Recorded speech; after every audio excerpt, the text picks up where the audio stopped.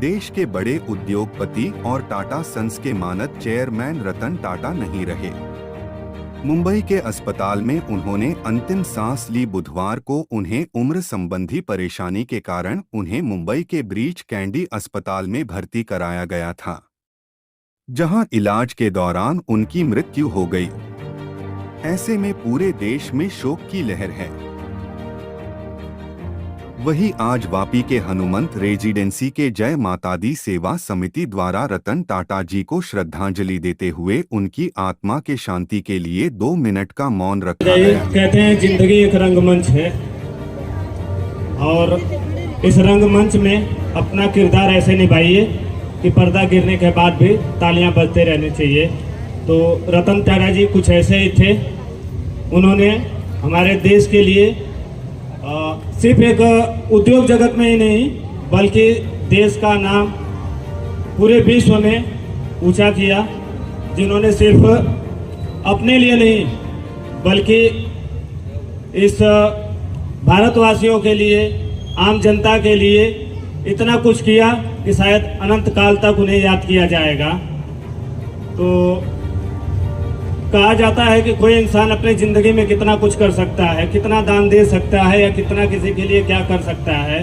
हम जब मंदिर में आरती करते हैं तो एक नारा लगाते हैं कि प्राणियों में सद्भावना होनी चाहिए। तो ऐसे व्यक्तित्व थे जो इंसानों में तो इंसानों में, जानवरों में भी काफ़ी प्रेम रखते थे। इसका एक उदाहरण था।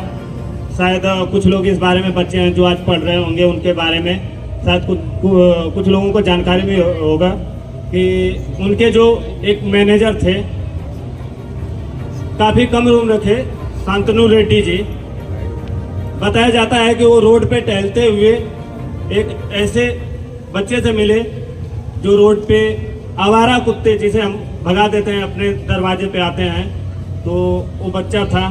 उनसे मिले और देखा कि वो उन आवारा कुत्तों को गले में पट्टी लगा रहे थे। तो उनको वो व्यक्ति इतना पसंद आया।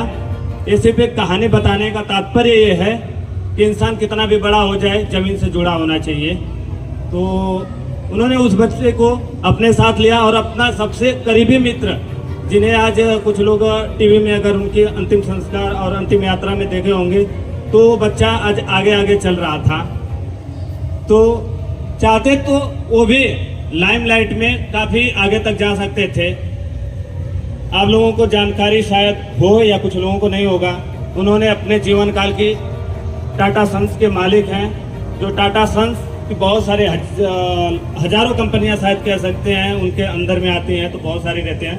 तो उन्होंने अपने जीवन काल के 67%, यानी समझ लीजिए कोई इंसान अपनी कमाई का 67% सिर्फ इंसानियत के लिए दान किया है। ऐसे व्यक्ति को अनंत काल तक याद किया जाना चाहिए। हम उनके लिए 2 मिनट का मौन रहेंगे और इस विषय में कुछ लोग हैं हमारे साथी भी कुछ कहना चाहे तो कह लें। सबको धन्यवाद, सब लोग उपस्थित यहाँ पे। और हमें जय माता दी सेवता समिति की तरफ से सभी लोग 2 मिनट का स्वर्गीय श्री रतन टाटा जी के लिए मौन व्रत रखेंगे। ओम शांति। 2 मिनट के लिए सभी शांति बनाए रखें।